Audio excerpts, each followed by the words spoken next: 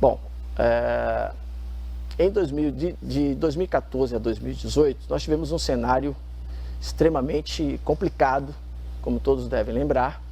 Nós começamos a nossa campanha salarial, a nossa mobilização, na verdade, em dezembro de 2014, né, no CONAF de Foz do Iguaçu, quando muita gente, inclusive, ainda desconfiava de que fosse possível fazer uma mobilização naquele momento. Afinal, nós estávamos vindo ainda de uma campanha salarial em 2012, que trouxe várias consequências para a categoria, trouxe um reajuste salarial, mas também trouxe uma série de consequências. E isso estava impactando, havia um desânimo geral naquele momento dos auditores fiscais.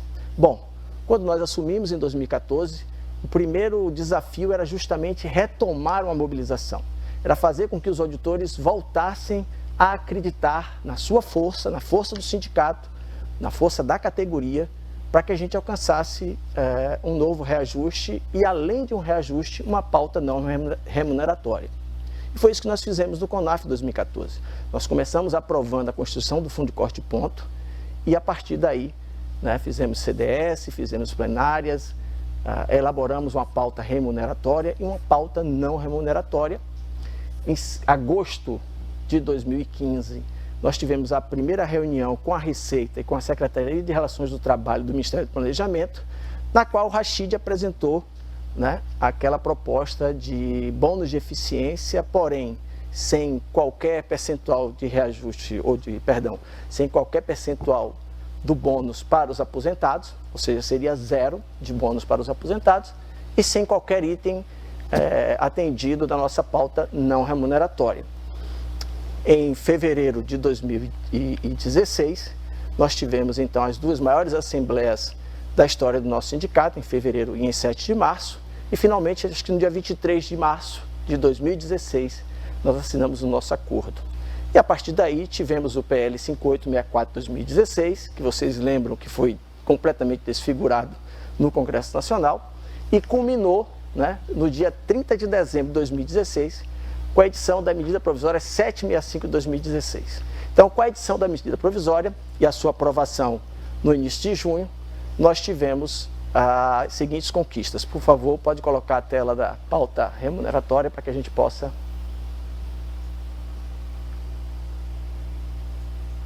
Pauta remuneratória.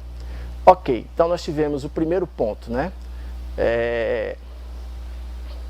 Pagamento. Essa tela, por favor, volte um pouco, porque está no item 3. Tem uma tela antes dessa, que é o primeiro item.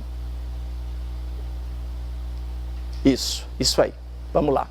Então, o primeiro ponto que foi conquistado foi um reajuste do vencimento básico de 21,08%. O último padrão da nossa tabela estava, na época, em R$ 22.500. Nós passamos, então, ao final desse reajuste de 21,08 para algo em torno de R$ 27.300.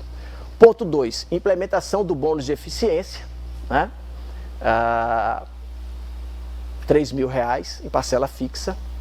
E aí quando a gente junta, né, o reajuste do vencimento básico com a implementação do bônus, que para os aposentados era no último padrão da tabela de 35%, nós temos um ganho remuneratório total para os ativos do S3 de 34,68%. E para os aposentados, ou seja, nesse caso para os aposentados da última faixa, né, do mais de 9 anos, o último padrão da tabela de escalonamento, nós tivemos 26,01%. Por favor, pode passar.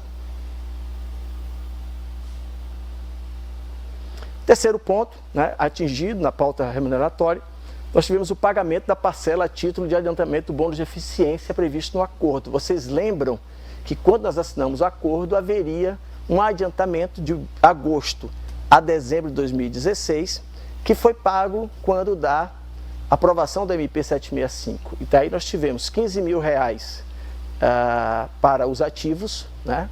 Ia depender da posição na tabela, estou falando de R$ 15.000 para os ativos do S3 e R$ 5.250 para os aposentados, aqueles da última faixa do escalonamento com mais 9 anos, que foi de R$ 5.250. Esses valores foram pagos em duas parcelas, uma em janeiro, início de fevereiro, né, na folha de janeiro paga em fevereiro, e a outra em março. O quarto ponto foi a implementação da nova tabela de remuneração com 9 padrões. Essa era uma demanda, inclusive, da campanha salarial de 2012, né?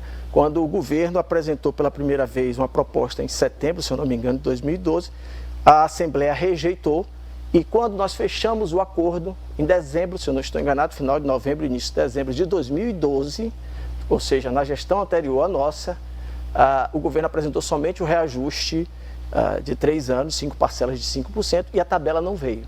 Então nós assumimos com esse compromisso, né? Eu lembro de ter firmado em alguns lugares, por onde passei ao longo da campanha eleitoral do meu primeiro mandato, nosso primeiro mandato, em que nós afirmávamos que sim, iríamos resgatar a tabela que foi oferecida em 2012, e ela veio. Está ali no ponto 4, né? Ponto 5 foi a regulamentação da indenização de fronteira, também reflexo da campanha salarial de 2012, né? Que não havia sido aprovada, mas não havia sido regulamentada, e nós conseguimos regulamentar. O item 6, o retorno do adicional noturno e do adicional de periculosidade, insalubridade e penosidade, com a substituição do subsídio como forma de remuneração, né? E a alteração para o vencimento básico, foi possível retornar o adicional noturno e o adicional de periculosidade.